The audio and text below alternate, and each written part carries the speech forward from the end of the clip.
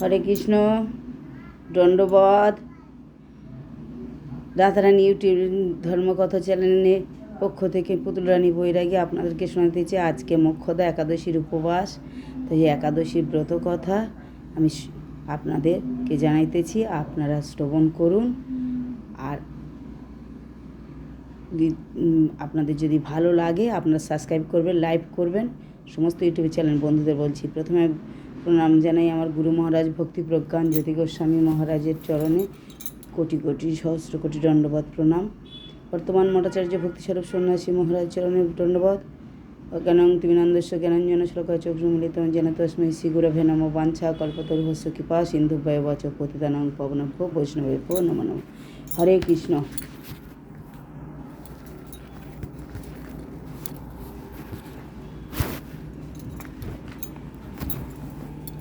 একটু অসুবিধা হচ্ছে, আমি খালি গলায় করছি। আজকের ভিডিওটা আপনারা শ্রবণ করুন। ব্রহ্মা নারায়ণ নমস্কৃত্যং নরস্যৈব নরোত্তমং দেবীং সরস্বতী ব্যাসং ততো জয়মুদীয়য়।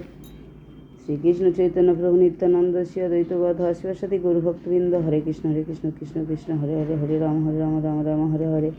সমস্ত সাধুগুরু বৈষ্ণবের চরণে সন্ন্যাসীবৃন্দ চরণে সমস্ত সহস্র দণ্ডবত প্রণাম। আমার প্রতি তাহারা যেন প্রসন্ন হন,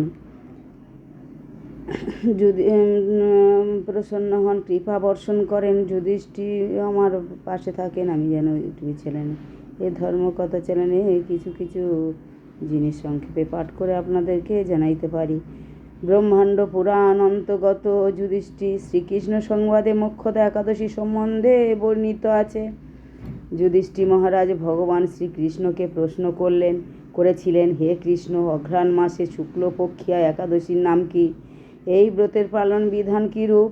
আমার নিকট যথাযথ বর্ণন করুন।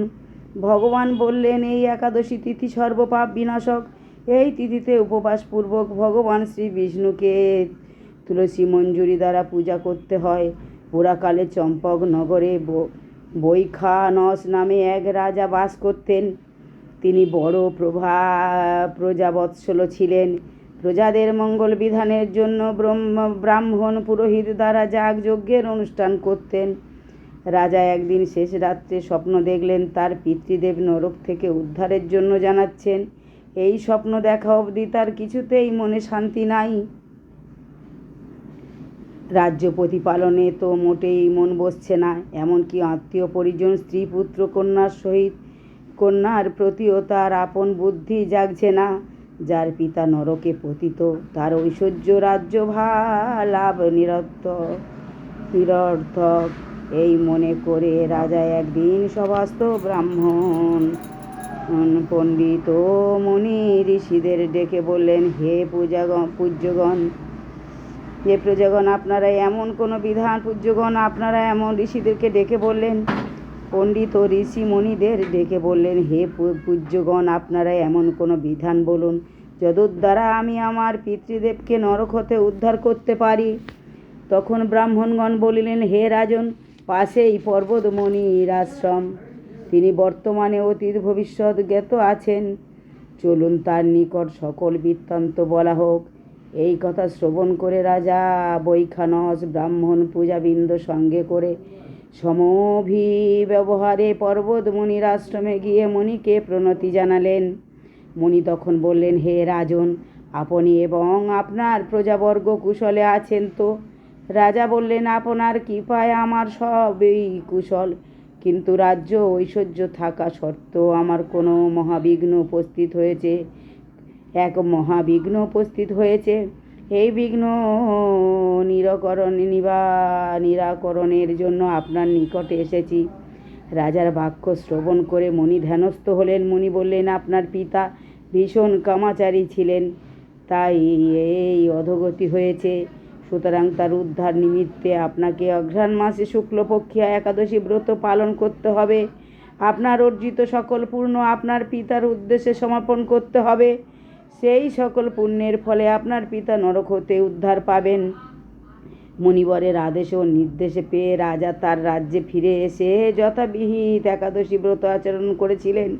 পিতা তখন পুত্রের পুণ্য প্রভাবে নরক হইতে উদ্ধারপ্রাপ্ত হয়ে ঊর্ধ্বলোকে গিয়ে পুত্রকে আশীর্বাদ করলেন, হে রাজন, এইরূপ নিষ্ঠার সঙ্গে এই একাদশী ব্রত পালন করলে তার সকল পাপ দূর হয়। এমনকি তার নিজ জন যদি নরকে বাস করেও থাকে, সেও সেই পুণ্য প্রভাবে ভগবত ধামে গমন করেন। নারায়ণ নমস্কৃত্যং নরস্যৈব নরোত্তম দেবীং সরস্বতী ব্যাসেন তথ জয় মুদীয়য়েৎ। হরে কৃষ্ণ কৃষ্ণ কৃষ্ণ হরে হরে, হরে রাম রাম রাম হরে হরে। দণ্ডবত। আজকের আমার পিতৃদেবের উদ্দেশ্যে, আমার পিতৃদেব ভগবত ধাম প্রাপ্ত হয়েছে, তার উদ্দেশ্যে এই একাদশী, মোক্ষদা একাদশী আমি উপবাস ব্রত রেখেছি। আমার পিতার প্রতি যদি আমি কোনো কর্তব্য বিমূঢ় হয়ে যদি কোনো ভুল ত্রুটি তার চরণে করে থাকি, তিনি যেন ক্ষমা করেন।